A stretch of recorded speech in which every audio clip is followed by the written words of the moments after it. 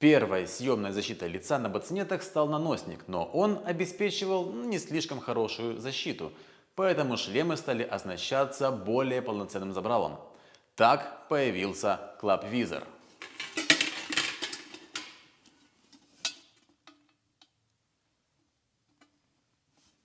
А как сделать такое забрало, я покажу в этом видео. Кстати, именно такие забрала часто встречаются в компьютерной игре Kingdom Come Deliverance. И хоть игрушка себя позиционировала как максимально историчная, все равно на этих доспехах, которые отображены в игре, слишком много ляпов. Для примера возьмем ботинет, который показан на одних из официальных скриншотов игры. Итак, что же мы видим? Во-первых, очень странный авентайл. Что такое авентайл? Это кожаная полоса для крепления кольчуги. Каким-то боком она заходит аж на лоб, хотя этого быть не должно, она должна заканчиваться примерно на уровне глаз. Второй момент, который бросается в глаза, это то, что петли не такой формы. Вот такая должна быть петля на Club Visor. Узенькая, аккуратная, маленькая. А на ботинете из Kingdom Come эта петля выглядит так, как будто бы ее делали индусы, которые вообще не понимают, как делать исторические вещи. И еще одна странность. На этом же ботинете мы имеем боковые петли и центральную петлю для забрала типа Club Visor. Я такого никогда не видел. Обычно или боковые крепления для забрала, или центральное крепление для забрала. Два крепления я не встречал. Конечно, могло быть и такое, но это исключение из правил. А насколько я понял, в игре таких шлемов много, потому как они банально скопированы. Но несмотря на все эти косяки, игрушка получилась душевная. Ну да ладно, давайте делать забрало.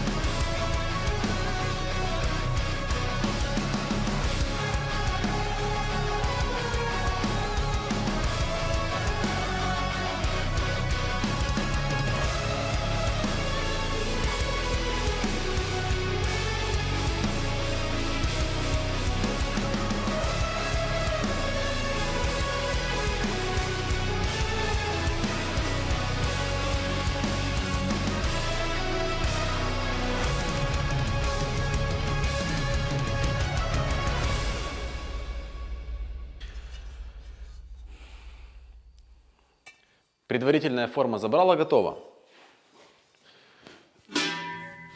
Проверяю, как забрало совмещается с куполом шлема.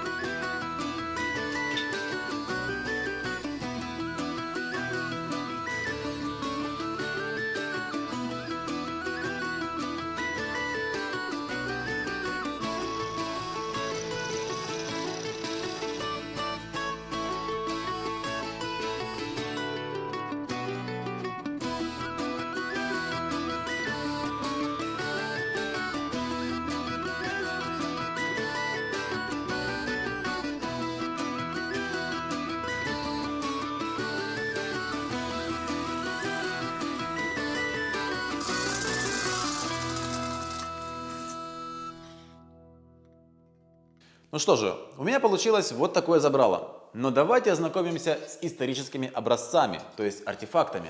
Бацинет с клапвизором из музея Валерия Ситен, Швейцария. А здесь бацинет и клапвизор из Germanisches Museum в Нюрнберге. Бацинет из Deutsches Historisches Museum в Берлине, вторая половина XIV века. Больше мы никогда его не увидим. Он пропал во время Второй мировой войны. Бацинет из Бреслау, ровесник предыдущего. Хорошо видны выступающие трубки под авентайл, а вот клапвизор не сохранился. Только налобное крепление. Клапвизоры были очень разнообразного профиля, закрывали разную площадь, вытягиваясь к подбородку. Забрало из Флоренции, хорошо видны дыхательные щели, прорези. У клапвизора было много плюсов, но крепление фактически в одной точке на лобной части шлема было ненадежным. Оружейники начали крепить забрало на боковых петлях. Оно оставалось съемным, но шлем постепенно вырос. Так что надевать его под большой топхельм стало невозможно. Сражались ли в бацинете вообще, сняв клапвизор? Да, воины сильно рисковали, но открывали лицо ради лучшего обзора и дыхания. Платой были чудовищные увечья и шрамы. Так, по воспоминаниям летописца, лицо сэра Джона Чандаса, героя Столетней войны, как раз периода бацинетов, было покрыто ужасными шрамами. Средневековый портрет Джона Чандаса. Постепенно бацинет стал основным шлемом, а топхельмы вытеснили в среду турниров. Вариантов основного бацинета было несколько. Свиная морда, забрало выдвинутое от лица вперед. Такой бацинет был уже пригоден для копейной сшибки и без топхельма. На фото пикфейс из музея армии в Париже около 15 века. Вариантом такого шлема с налобным, как у клапвизора, креплением был и хунцгугель, собачий капюшон. На рисунке хунцгугель из королевского арсенала в Лидсе, Англия. А здесь реконструкция разных типов бацинетов. В центре рыцарь в бацинете, держащий в руках большой шлем. Закономерным итогом этой линии шлемов стал гранд-бацинет. Забрало у него крепилось на боковых петлях, цапфах, а винтайла нет, вместо него края шлема доходят до плеч. Гранд-бацинет из музея Чивика в Брешии, Италия, около 1400 года. Получается, что бацинет как бы слился воедино с топхельмом в одном шлеме.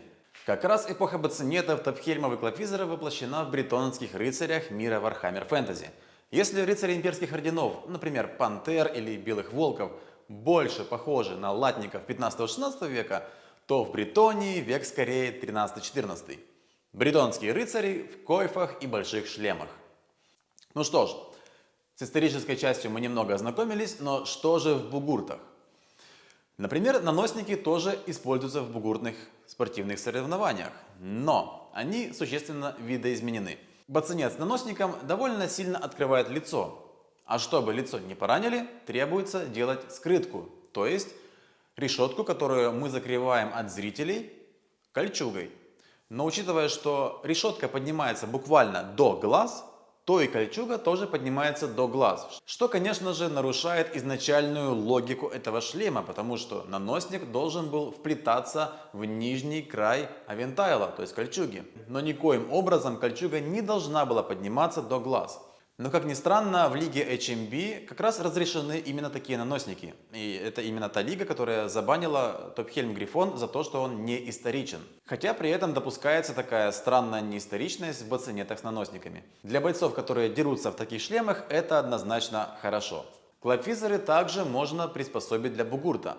Но, если сделать максимально исторично, такой клапвизор травмоопасен, потому что клапвизоры, как ни странно, не фиксировались в закрытом положении, что предельно травмоопасно для современных бугуртов. К тому же петля, которая сделана исторично, имеет тенденцию к разбалтыванию. Все эти мелкие детальки, из которых состоит этот механизм, они убиваются, начинают люфтить, и забрало может не только открыться, а просто слететь со шлема.